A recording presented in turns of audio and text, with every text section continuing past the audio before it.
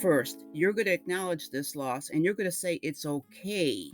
It's okay to feel like this, to feel these feelings, because this is a huge loss. This pet, came into your life. It's with you every day of your life, and you have a routine with this pet. It brings structure to your life. It brings you so many things. The unconditional love, which is huge. And I love the non-judgmental love. I mean, our pets don't judge us. They just want to be with us. Hello, and welcome to Grief, Gratitude, and the Gray in Between podcast. This podcast is about exploring the grief that occurs at different times in our lives, in which we have had major changes and transitions that literally shake us to the core and make us experience grief. I created this podcast for people to feel a little less hopeless and alone in their own grief process as they hear the stories of others who have had similar journeys. I'm Kendra Rinaldi, your host. Now, let's dive right into today's episode. Today, I am chatting with Anne-Marie Farage-Smith. She is the author of Healing Wisdom for Pet Loss, an animal lover's guide to grief. And she is an award winner of the Gold Seal Award from the Nonfiction Authors Association. And I cannot wait for you all to be listening to our conversation and also picking up the book yourselves. So welcome, Anne-Marie. Thank you, Kendra. It's very nice to be here with you. I am happy you are here as well. And while I was reading your book, I was reading parts of your book, I was getting emotional because I have two dogs. And so even that anticipatory grief was coming up just even reading, because it's like the feelings of like, oh my gosh, I'll have to handle this at one point or another myself. So anyway, just wanted to bring that up. But I am Sure. curious to learn more about you and what led you to become an author. So if you could tell us about your own life. Sure. Well, I'm really excited to be an author. I didn't anticipate that I would become an author someday. It started when the COVID hit. And, I had been having a little bit of things pop up in my head about maybe writing a book at that point. And so I said, hey, this is a great time. I was home. I wasn't able to go into my office. I did a lot of virtual counseling, and I began to write the book, and it just grew and grew and grew. Um, and Took 3 years to write it, and it's really been a labor of love. I'm so glad I did it. I feel very, very um, glad that I did. I just want to help people that are going through this loss that is really affects a lot of people in different ways, and that's good because we're all different. And I just wanted to put this book out there for to be a helpful addition to one's library. Yes, no, it's so as I was telling you before we started recording, that even though in the book there's so many topics that could really be applied to any type of grief, anybody could pick up the book and read it. I also feel it is just so valuable for someone, especially with pet loss grief, that is able to have their grief validated, just even with the fact that there's a book out there, because society tends to not sometimes see this value of someone's grief when it comes to a pet. And so again, it's very validating to see more things out there like yourself. I interviewed a grief coach that was specifically for pet loss grief as well, and things like that. So share with us why it is for you so important to write about this type of grief and this support, and what is your relationship to this type of grief. Well, you hit the nail on the head about our society does not really fully recognize this grief. And so there is a name for that, disenfranchised grief. And it's really, difficult to hear people that I counsel say, "Oh, I everyone says I should just be over this. Oh, come on, you can just get another dog or cat or whatever their pet was."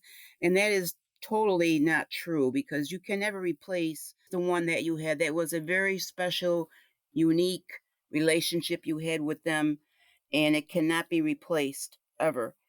So, that is one of the reasons why I really wanted to write this book, to bring that information out to the public and, to definitely have their grief validated.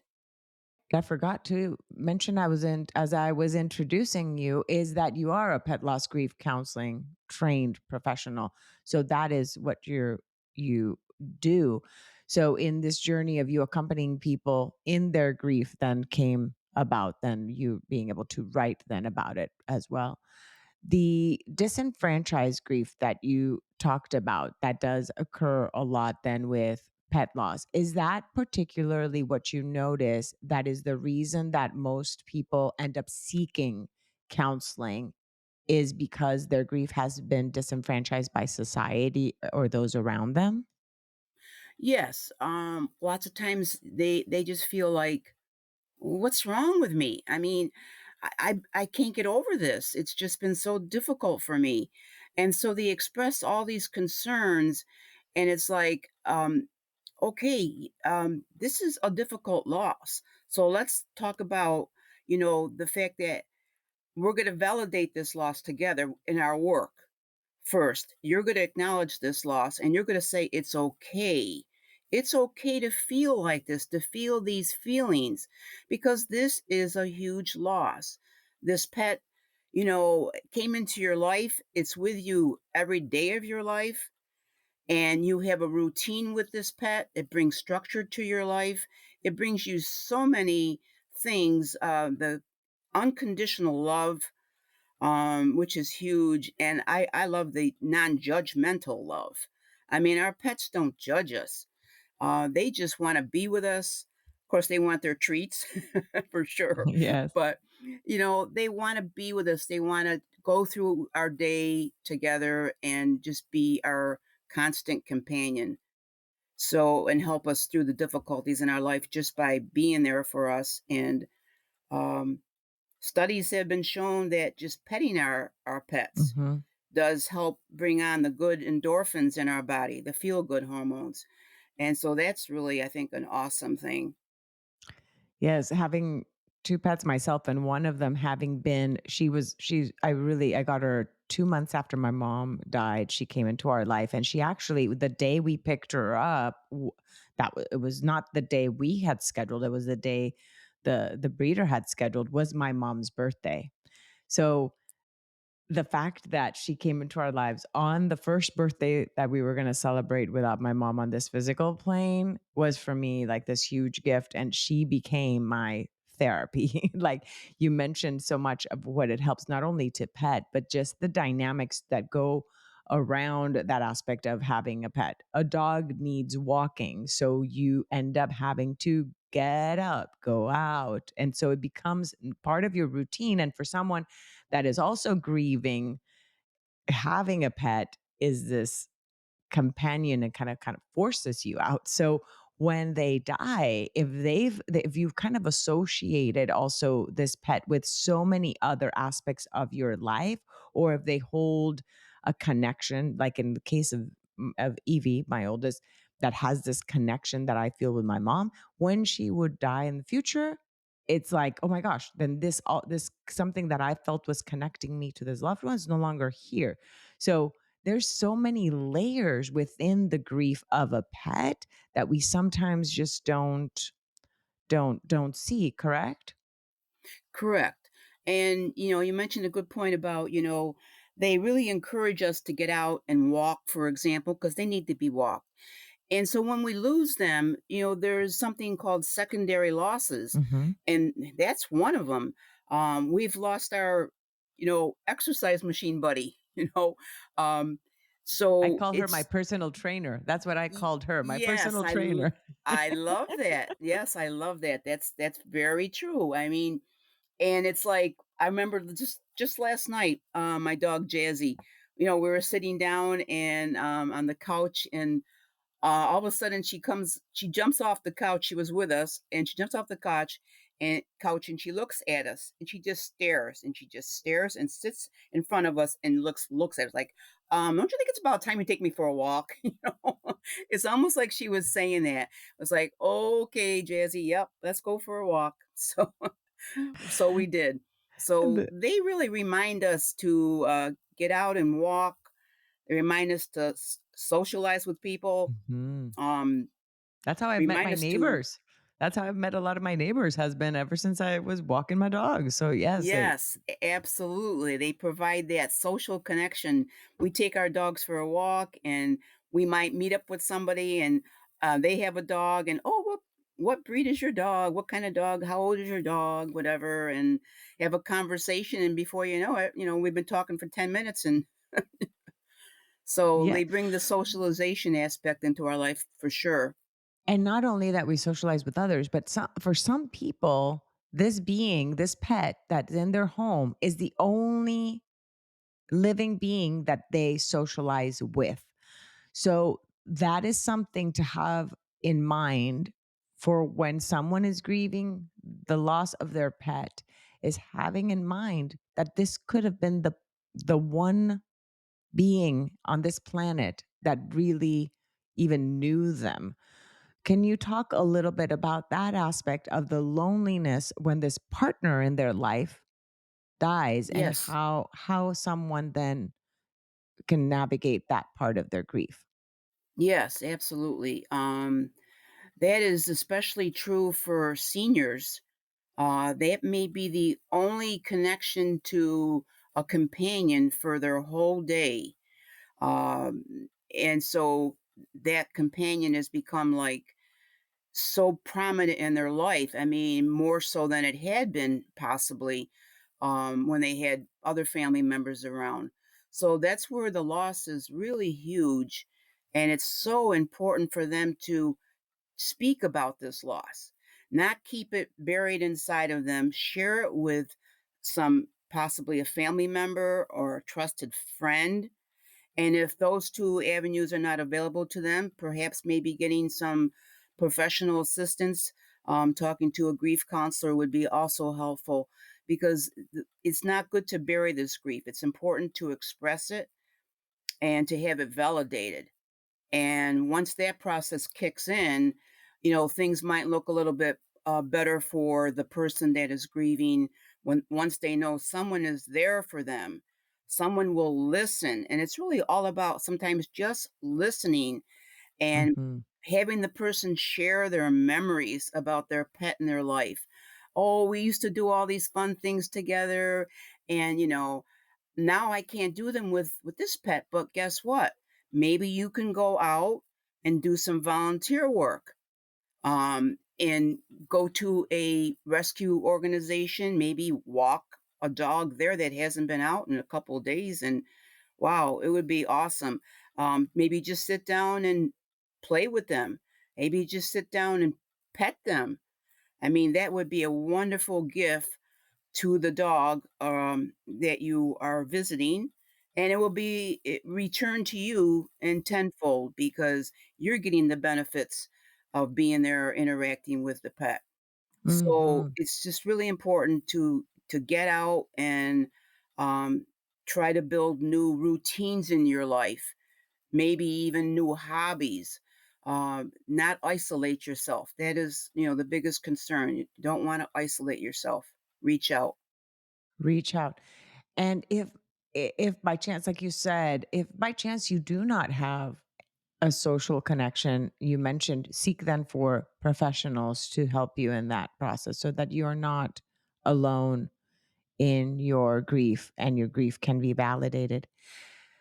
And Marie, there was a type of grief that you mentioned that I want to have a little more of deeper conversation and understanding of ambiguous grief. Can you dive into that a little more when you were talking about the different types of grief, acute grief, disenfranchised grief, and one of them was then ambiguous grief. Could you expand on that, please? Sure, absolutely. Yeah, so there's different types of grief, and this is, universal. This goes for every grief and loss that we have in our lives. So, one of them is, I'm going to list them.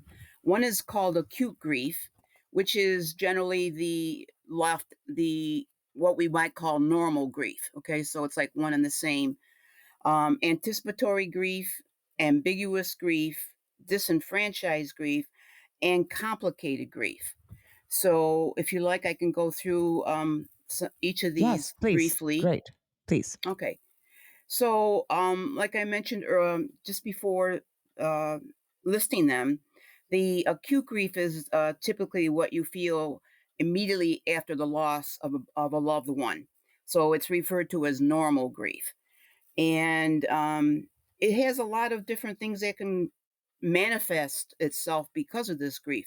They can be in the way of physical, emotional, and behavioral symptoms in your life. So you need to look out for those. And so then the anticipatory grief, that is when, maybe you just got this diagnosis that your pet has this terminal illness. Um, and so you know that the loss may be more imminent. You might be happening in 2, 3 months. The vet might mention that to you. So you're going to be anticipating this loss. So it's almost, you could look at it as a gift of some type, where you have the opportunity to now prepare for this loss. You might want to start planning um, how you want to your pet to leave this world. Will they be euthanized? Will you wait until the very end when, um, depending on if the vet says your pet's going to be in a lot of pain, you might want to do this immediately, or I think you might be good with some medication. Might be helpful. Perhaps the pet might live, 6 months or something. So that's where you have to have a discussion with your vet and discuss, what this situation looks like for you going forward. So, in the meantime, back to the gift, you have this time to prepare for this loss and decide some of the things you want to do. Perhaps if the pet is still doing pretty well at this point, you might want to think about, fulfilling some things on a bucket list for your pet. Maybe they love to swim on the beach. Uh, Take them to the beach, have them go in the water. You might want to take them on some trip someplace with you where you're going to hike into some really nice areas, and your pet always loved to do this. So you might want to consider that. And like I said, if in fact you want to have your pet euthanized or you want to wait, you might want to think about if you want to have your pet cremated, or if you want to have it in a burial site. There are pet cemeteries located all around, and so those are some of the things you might want to talk about with your family and your trusted friends about what you want to do when the time does come. So you have that little bit of time there. Um, and then the ambiguous grief. This is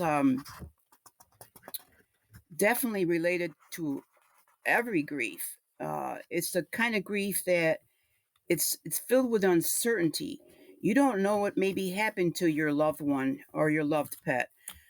Maybe someone accidentally left the gate open to the backyard and they escaped, and perhaps you might never see them again, but you might. This also happens when there's natural disasters. Particularly, I remember several cases in Hurricane Katrina many years ago, and many pets were lost. They did find several of them. They have rehomed them, and some even, which I think is just wonderful, some have had a very happy ending where they were reconnected with their owner, with their pet parent. Yeah, I many like to years say later, even many years later, and that they still remember. It was just, it's amazing. it is amazing. It's just wonderful. And I love to read those stories. I keep researching things and I keep up with everything, and I love to read the feel good stories where, oh my goodness, my pet got lost in some park, and 2 years later they connect with them. So there's always hope for it, but it is sad because you don't know what happened, and you don't know if you ever are going to see them again. And I'm sure you could think of many cases where it's happened uh, in our human population Right, like where, missing children, missing things like that, or missing, yeah, yes, and then missing children. you never really have a full-on closure, quote unquote, as they say, because you don't have any clarity as to what happened. So therefore, you're kind of stuck in this limbo of Yes, uncertainty. yes, absolutely. Very good points you make, good, Kendra. Absolutely. So it's also called a hidden grief, and those are some of the reasons why. So then I think we're on to complicated grief. I think we are. So that is your grief that really has a longer duration, a longer intensity. And if these, you can have several different things that can occur that are kind of like almost warning signs, like, wow, maybe I need to seek out additional help. And in fact, lots of times this type of grief does not resolve on its own. And it is necessary to seek out some additional help. So it's a grief where you just feel like you don't want to go on. Sometimes you could have obsessive thoughts in your daily life. You don't seem to enjoy life anymore. You feel you can't trust people. You isolate yourself, which is huge. And your sadness just becomes kind of like your whole world view. Uh, it just encompasses your daily life.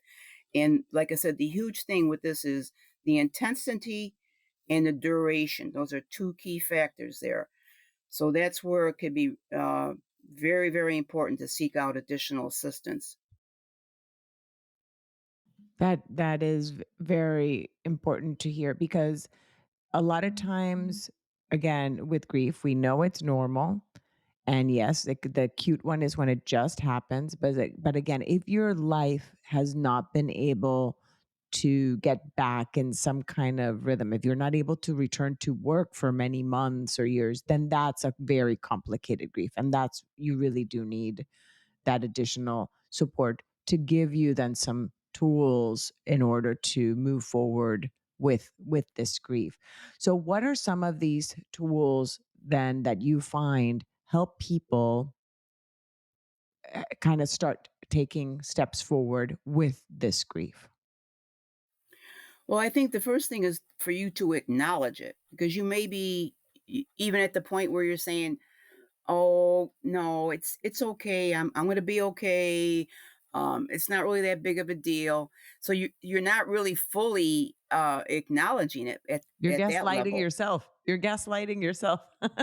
Yeah, yes, you are. And so that's like the first thing. You've got to acknowledge it, okay? And then you got to say, you got to like validate yourself and say, "Hey, it's okay that I feel like this." Because it is okay, because you've been through a loss, and a loss that has been like so it represents the loss that has been so important to you.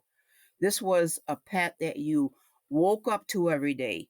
You went to bed every day. At the end of the day, your pet was with you. He or she was with you during the whole day. At some point, you came home to them if you were gone working. Whatever. They were just a huge part of your life in your daily routine. And now it's gone. It's like, it's not surprising that you're missing them. You're in grief. And it's really important to know that, yeah, I might feel okay right now. I'm doing okay, and you may be, but then something hits you all of a sudden, a trigger brings back this memory. It may be even like a year later. It's like, wow, I still feel so bad about losing my pet. Um, but yeah, I should be over this by now. Well, maybe you're not over it because you didn't fully process this grief. So that's where it's important to then step back and say, now what do I need to do? You need to talk about it. You need to have somebody listen to you. You need to maybe, perhaps you didn't even follow up with any type of memorial service for your pet. Maybe you want to have a memorial service now. Maybe you want to do something like send a donation to an agency that, maybe if your pet died from cancer, maybe for research on cancer in pets. Maybe if you had a particular breed and that breed is known to have a particular disorder that they have, like hip dysplasia, for example. A lot of the Labradors have that common um, physical thing that happens. So maybe you want to donate some money to more research on that. Um, it's really important to honor the memory of your pet in some way. You might want to always have a little party on their birthday that you celebrated together, especially if you had I know one client had a 16th birthday for her dog. And it was so cute. She invited Oh, like a sweet all, 16? A sweet yes, 16? Cute. yes. Everybody It was dressed up? it was amazing. She had like people over excuse me, that knew her pet and interacted with her pet on a regular basis. And so they all came over and they had, I guess they had, human dog bones to eat. She made, cookies in the shape of dog bones, and the pet was kind of dressed up, and there was, the usual party decorations and so on. But I thought they were so cute, and her pet did have a diagnosis and was going to be passing on very soon, and she wanted to do this, so it worked out really well. And what a memory! All kinds of Yeah. pictures and everything. So it can be if you have a home where you have a yard, you might want to plant a tree in their memory.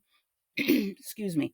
Um, a flowering bush, whatever. But there's so many ideas in the book about ways you can honor your pet. So if you get the book, you could check those out as well as That many yes. things. I like Yes, to it say, I'm sorry. I like to say the book is jam packed with a lot of different information. And one thing in particular, too, is there's a chapter on taking care of you. mhm. And this is a chapter that, well, let me step back 1 minute. The book is geared as a guidebook to grief. And the reason for that is, okay, so you pick this book up and you might not you might not want to read it cover to cover. And that's perfectly fine. That's the way it was set up. So if right now you just put your pet down, um and you're just really in the throes of your grief, and you're just like, "Oh my god," you feel like you're in a fog. What do I do now? Oh my God, I just feel so awful. Well, you can read the chapter 9, Taking Care of You, and it's got many, many ways that you can help yourself at this time. Uh, First and foremost, the basic things: keep hydrated, eat healthy meals. Oh, but then you're going to say, "Oh, but I'm not hungry." Okay, I get it. I do get it. But try to have something small. Maybe have smaller meals. Don't have that big, large meal. Um, Make sure you hydrate, eat properly, your sleep. Make sure you continue with your sleep routine as best you can. Um, Connect with nature and definitely get some natural light. There's breathing exercises you can do. They're in the book. Visual imagery, mindfulness, which is all about being in the present moment. And you can practice this throughout your daily life, and it's a wonderful thing.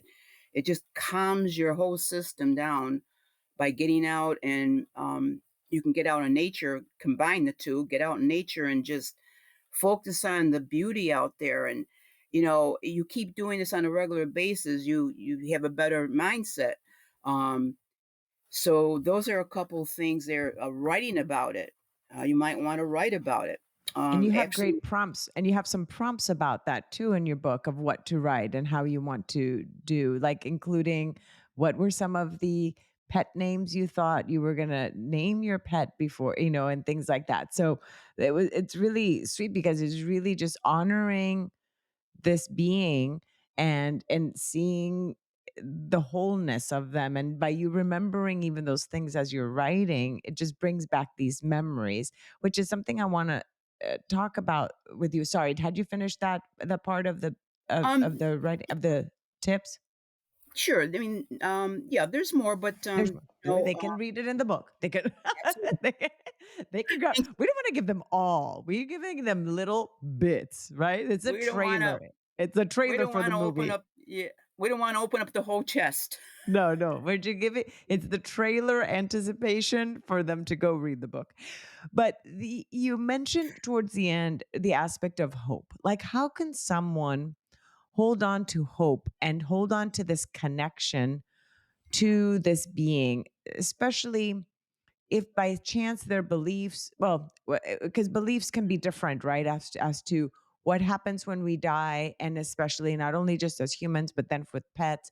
So, how can someone continue this relationship after their pet has died and continue kind of holding on to some sense of hope in their life?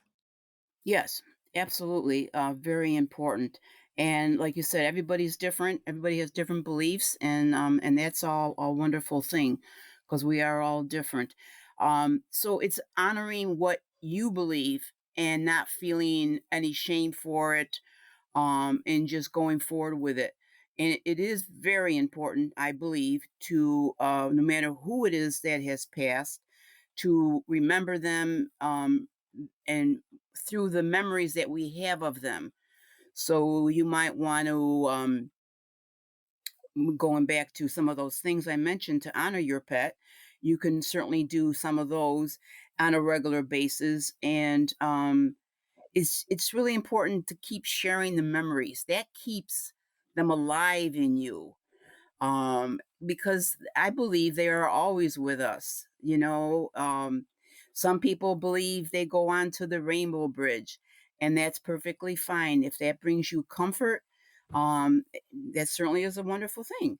So just continue to honor their memory, and maybe try to help some other pet, by visiting them, maybe by bringing them into your home at some point. You may feel that, okay, I know this is not the same pet that I lost, which I mentioned in the book. It's really important.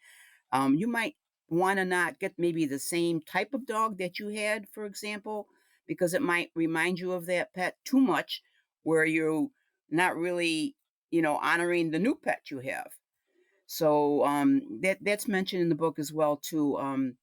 So you might want to do that, and you might not.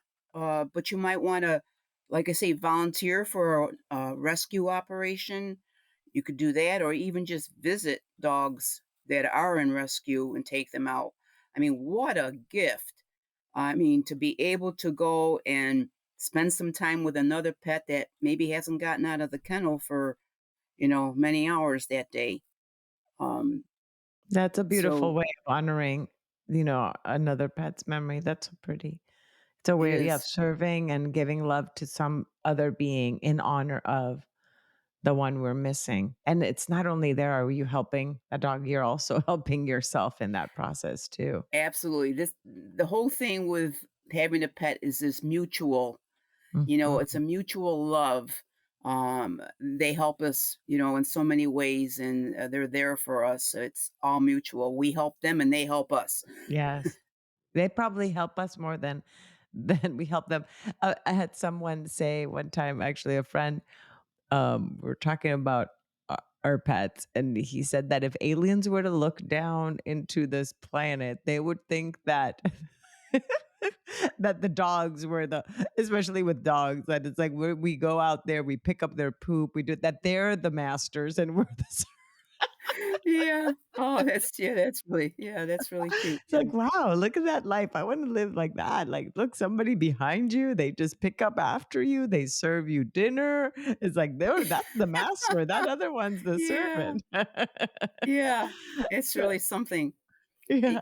I mean, what I love about what's going on now, I'm hearing more and more about it, and there's pets all over. I mean, they have them in the airport to help stress, folks that are getting ready to go on a plane. They have them in one of our local funeral establishments. I mean, wow, that is awesome.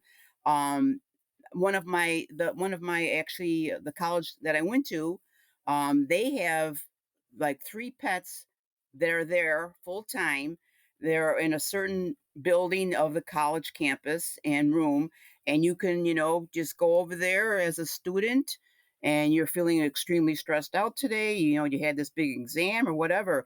You just can go over there and spend time with the pet, and it's available to you right there, on your college campus. So I remember going to a hotel on one of our trips, and when we walk in the hotel, and all of a sudden there's this beautiful dog going by, and was like, "What? Maybe there's a dog convention going on or something." Well, there wasn't. This was the ambassador dog for the hotel. I was really impressed. So I made sure I That's came super down cute. to see him several times. That's so cute. It's like a Mhm. mascot, right? Like a mascot, but Yeah, he was the ambassador of yeah, the hotel. yeah, That is so sweet.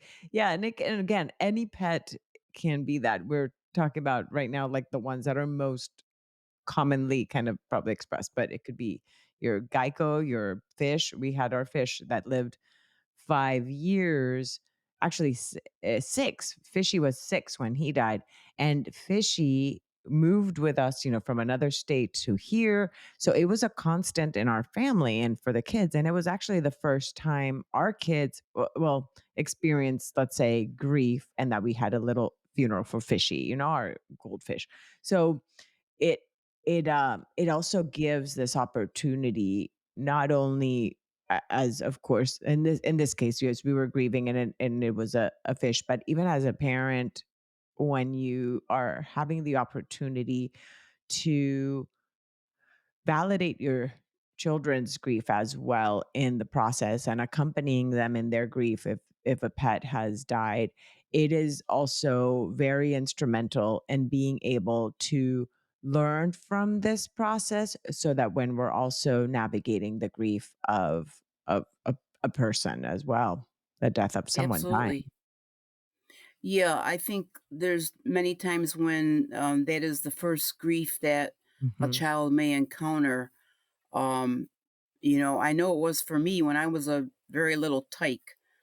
There was a My aunt had a dog named Skippy, and I used to love to go visit her because I wanted to see Tippy. It's so No, cute. I wanted to see her too.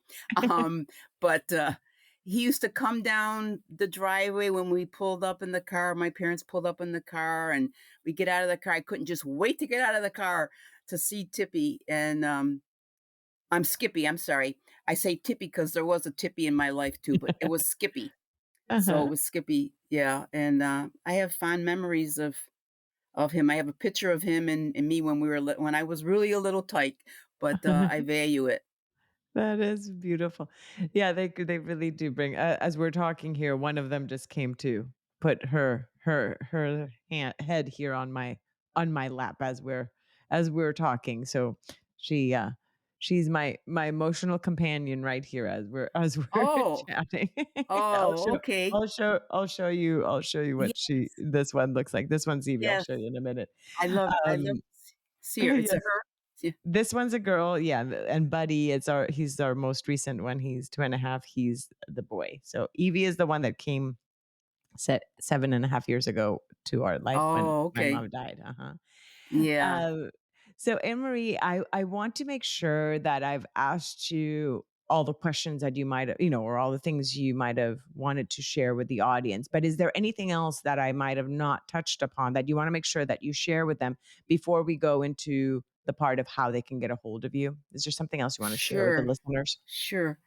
Um, Well, I just mentioned Skippy to you, and it made me think again of my beloved Wishbone, who passed away. He's in my forward story in the beginning of the book, and you asked me earlier in the beginning of the show what prompted me to write a book on this. Well, he certainly had an impact, and on my decision to do that. So that's why I wrote about him in the forward. So I just kind of wanted to bring that out too. And Oh, currently, nice. I have Jazzy as my dog now, and she's a wonderful dog. She does have anxiety. Um, Mhm. and I always say, well, you're in the right home. You're with a mental health therapist. You know, the fact that you chose to be able to mention Wishbone right now at the end of this conversation is another way that we can honor then Wishbone's life is by bringing up the name, making sure we mention their names and do things in their honor. You writing that book was a way of honoring Wishbone's life and the relationship you had with Wishbone, and mentioning him on this podcast is as well. So thank you for that and Yeah, sharing thank you. Wishbone with us. Yeah. Yeah. Oh, I So know one and more thing about yes, the book, please. if I could just mention, because Please. I just love them. Before each chapter, there's a quote, a Mhm. quote, and I just love them. I think they really speak a lot of times to us in a different way. So they're in there, and you know, I love all the little different drawings I have in there. That I was fortunate to have a good designer for the book cover and the internal parts of it. So I just want to make note of that as Yes. well.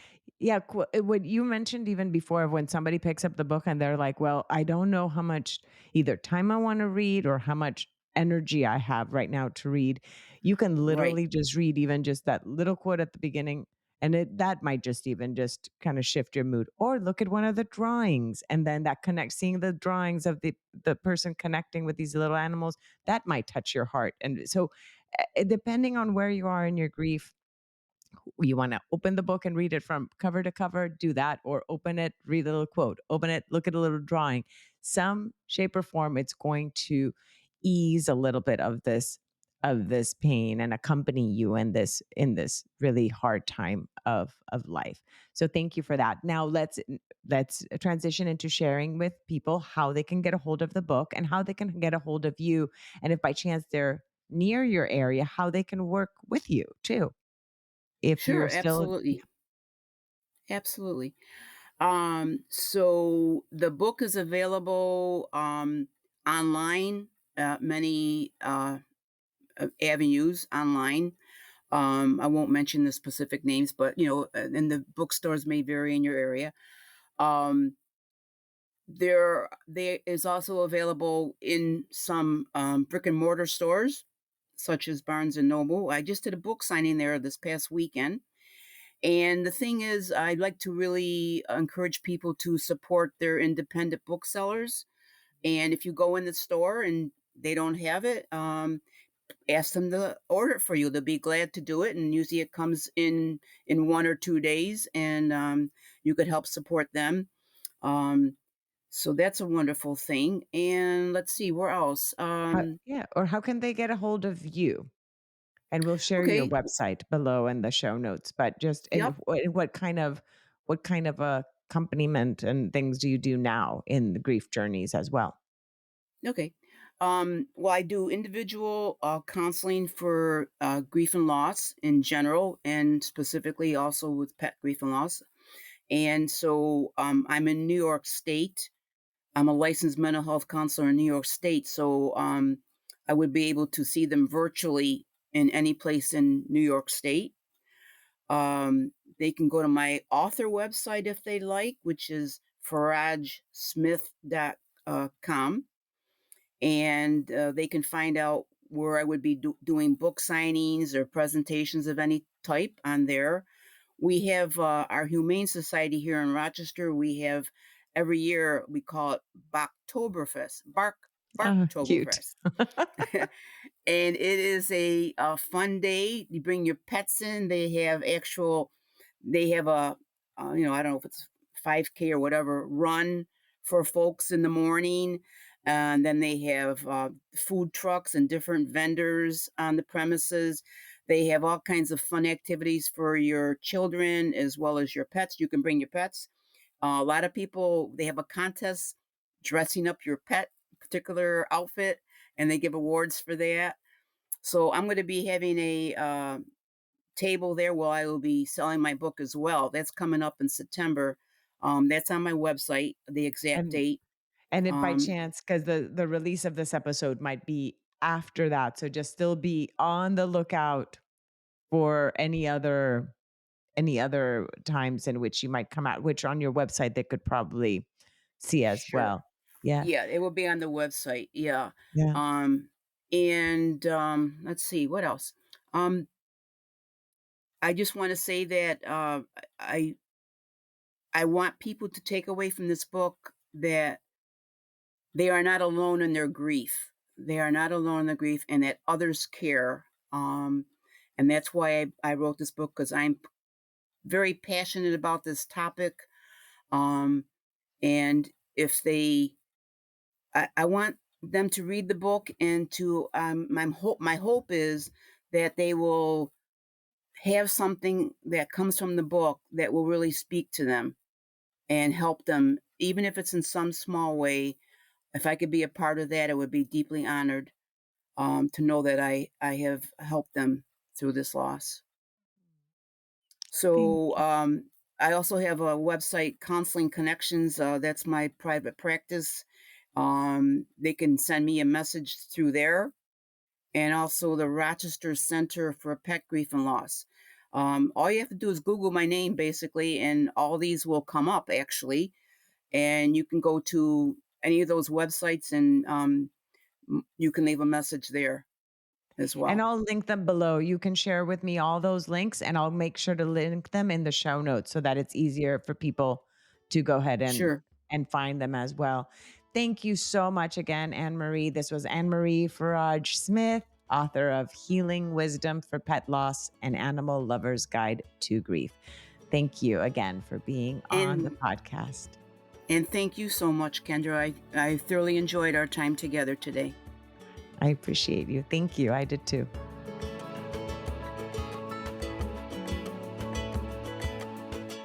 Thank you again so much for choosing to listen today.